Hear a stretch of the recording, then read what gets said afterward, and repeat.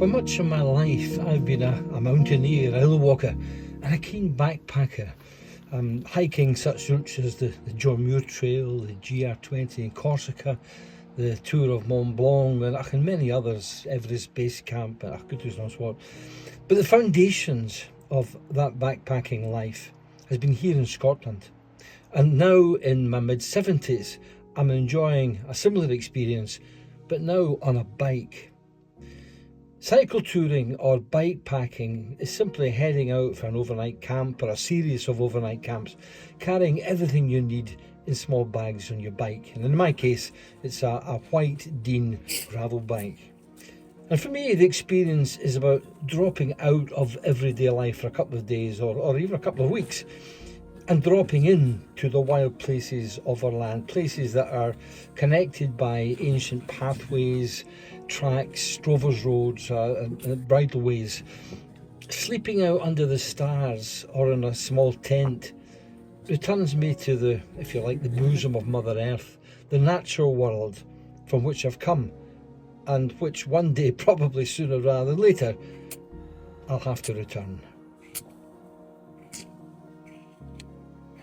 But for the moment, I'm on my way to Glen Feshie, one of the loveliest, and I would say under the present circumstances, one of the most exciting glens in Scotland.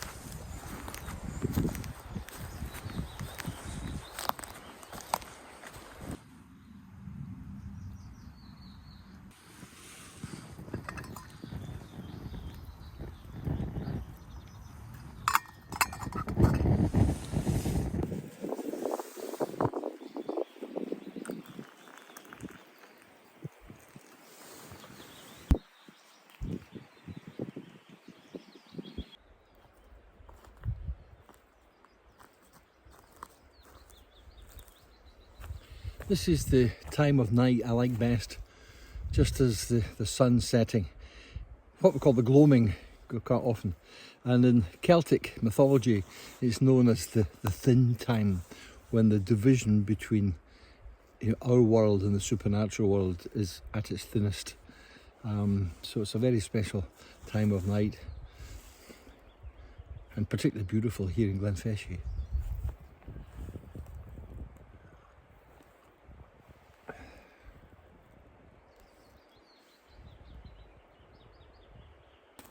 I must do more of this. There's something kind of special about coming to a place like this. And even just for one night away, just cycling here under your own steam, down the gravel tracks and the footpaths, coming to a place like this old Caledonian pine forest. Some of the trees here probably 250, 300 years old. There's a lot of youngsters growing as well now, so it's not quite a tree old folks home anymore. There's a lot of progeny going on here, which is great. But it's kind of nice to come here without iPhones, without Twitter, without wondering what's on the television.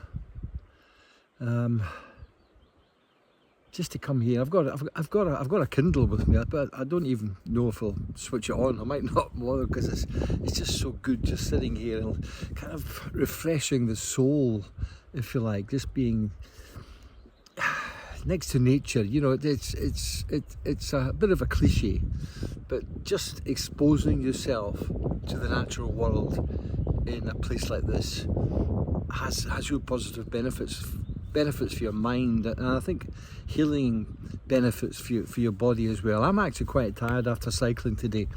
Cycling with a big heavy bike with a lot of gear on it. I feel quite tired, but I can almost feel the healing going on here. It's very special.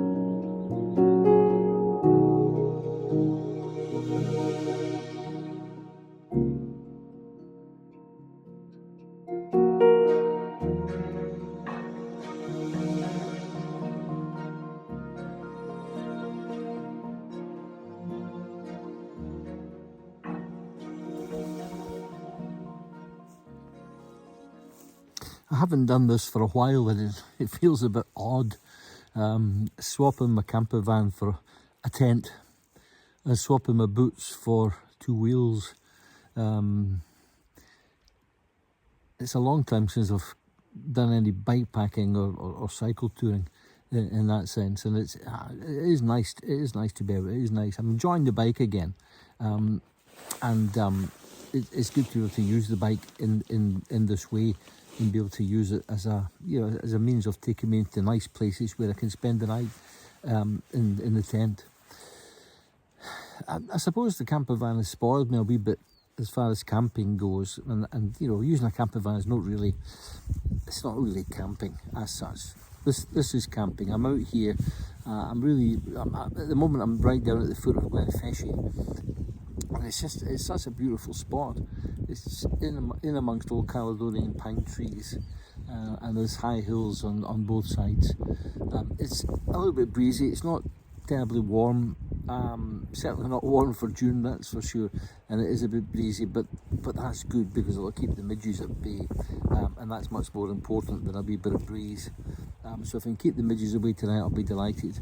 So I set off today, and it wasn't very far, about 15, 16, 17 miles maybe, from my house down here to Glen Feshie.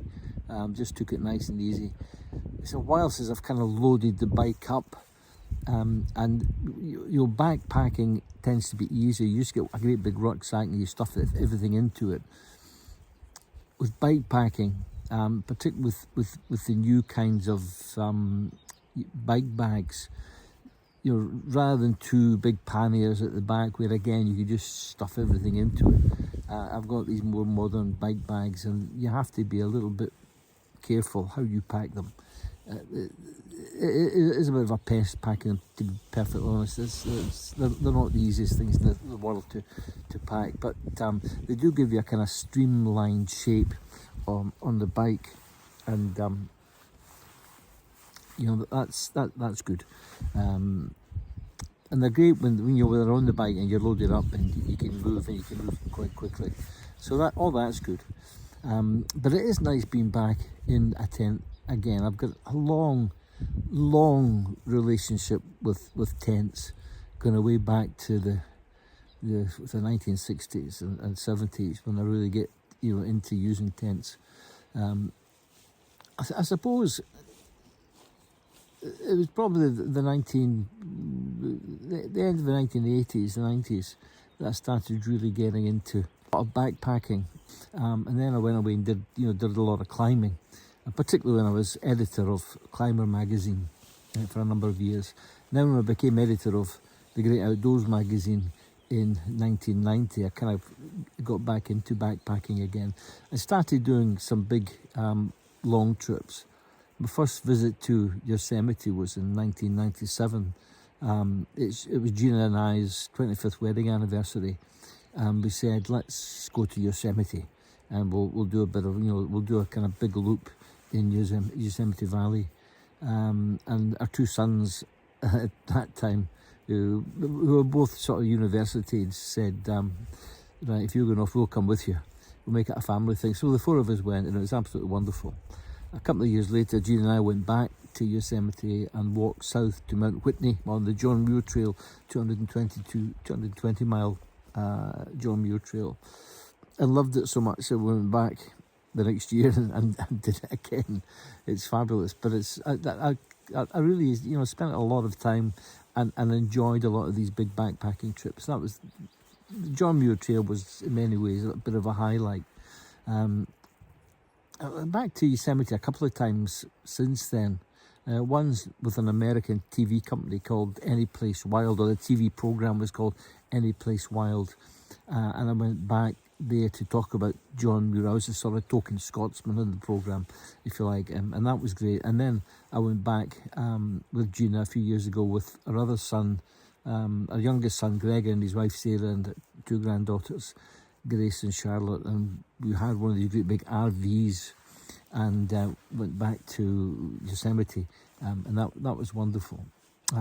So yeah, I'd like to get back to Yosemite at some other time, but you know, it's a big world, lots of things to do, lots of places to go and visit, and I've been fortunate. I've been able to walk and hike and backpack in numerous countries of the world. Highlights in terms of backpacking trips, probably when Jean and I did the Tour of Mont Blanc. That was a bit of a highlight. That was a bit of a surprise for me. I thought it'd be busy and, you know, maybe not great, but it was absolutely fantastic. We also walked from Chamonix to Zermatt one holiday, and that was a good trip too. A bit too much ski paraphernalia on the way. You know, you walk up these beautiful big valleys into cirques, and then you go over the top and there'd be ski pylons and bulldoze tracks on the other side. And it kind of spoiled the holiday a wee bit for us, but it was a good trip anyway. I had a wonderful trip. I can't remember, in 1998 it might have been. I can't remember. It might have been later than that. On the GR20 across Corsica with my old mate Chris Townsend, and that was a fantastic trip. 2 weeks. People had said to us that trip, the GR20 across the mountains of Corsica, is like a 2 week long Coolin Ridge. Although it wasn't quite a Coolin Ridge, but it was pretty special. And Chris, who's extremely experienced in you know, doing big backpacking trips around the world, reckoned it was probably the roughest Waymark trail in the world. So that was good. Lots of others. We've done a lot of, you know, big long walks here in Scotland. The Cape Wrath Trail. Then a number of years ago, 2012, I think it might have been, for a TV programme, I walked from Kirkyatom on the Scottish borders to Cape Wrath, and created. Well, really, I didn't create a walking route. We called the route the Scottish National Trail, but in actual fact, all I did was join up all the existing walks that were there into one big, long, continuous walk right, you know, right through Scotland, the length of Scotland, and that's been it's been great because it's become quite popular. People see it's a bit of a challenge. It's a tough walk, but it really shows the diversity of walking routes that we have in Scotland. Fantastic. So here that brings me back here to Glen Feshie, and as I say, it's a while since I've done anything like this. I don't think I'll be backpacking an awful lot, but I want to do a lot more bikepacking. I'm enjoying the bike just now. I'm enjoying being out on my gravel bike. I'm enjoying the pecking and the panting, going up hills just because I can peck and pant and not feel the effects of heart issues. So that's great, and I'd like to do some more. I'm kind of working up to some big sort of bike packing trip next year when I'm 75, so that'll be worth celebrating. But until then, here I am in my tent in Glen Feshie, and I think it's time to make something to eat. See you shortly.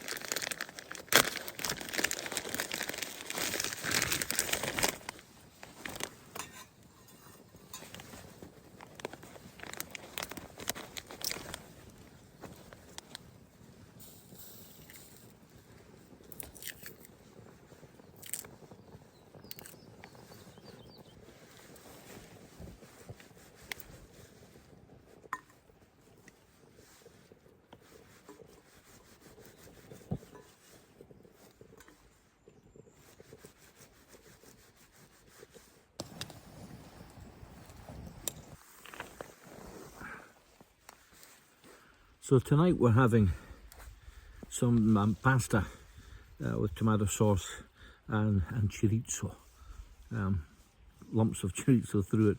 It's very simple, very tasty and warming.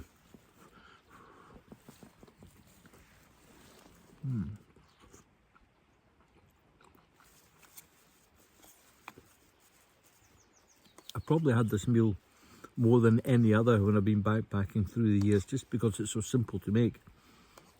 And I remember a real highlight in Corsica with Chris Townsend. We'd stop at these little farms high up in the mountains where you could buy homemade chorizo, and it was fantastic. And a couple of places you could buy fresh bread, and that was great. So own cheese, that was the other thing. They made their own cheese high up in the mountains, and that's what I kind of lived on for 2 weeks. We were there, lovely homemade chorizo, homemade cheese and fresh bread when we could get it. It was fantastic. And of course a lot of the mountain huts also sell beer, local beer, so that was an added delicacy, I have to say. That made the trip really good.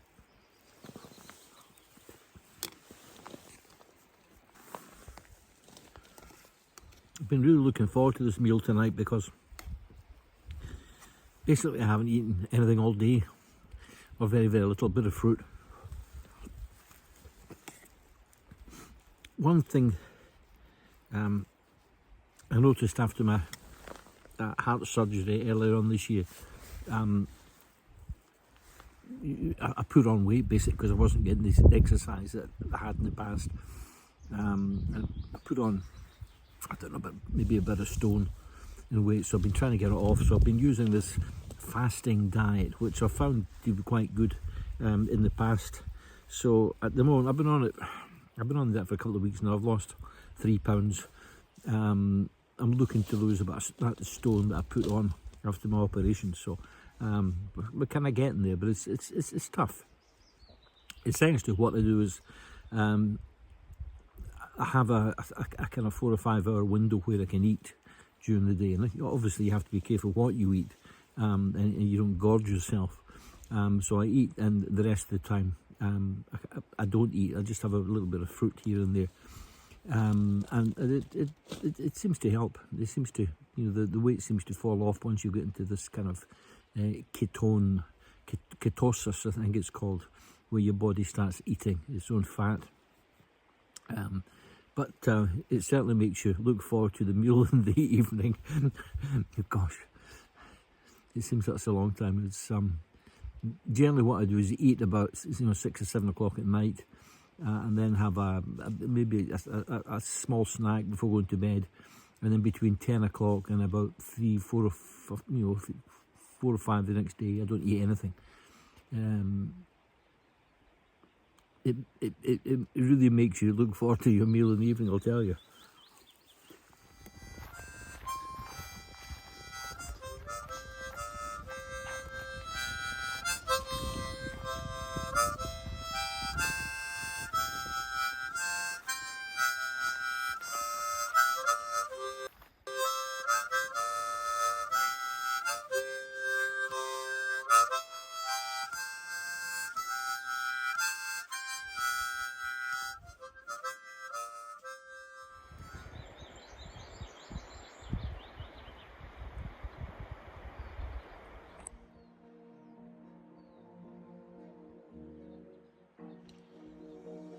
Glen Feshie is probably the epicentre of rewilding in Scotland, and that's why I said earlier it's probably the most exciting glen in the country. When Danish businessman Anders Povlsen bought the estate in 2006, it was an impoverished state. There were too many red deer competing for a limited supply of food, and any young plant that dared grow above ground level was instantly snapped up by either deer or sheep. Povlsen was encouraged to get rid of the sheep and reduce deer to sustainable numbers. And less than 2 decades later, the glen has been transformed. Not only does the place look luxuriant in new growth, but wildlife and biodiversity is thriving as never before. Glen Feshie is simply a great conservation story. If you've enjoyed this video, can I maybe ask you to subscribe to the channel and perhaps tick the little like box? That helps a lot. Thank you. And I look forward to speaking to you on the next video, whenever that is. So until then, enjoy your outdoors, enjoy your camper van, enjoy your bikes, enjoy your walking. Just enjoy the outdoors. See you then. Bye-bye.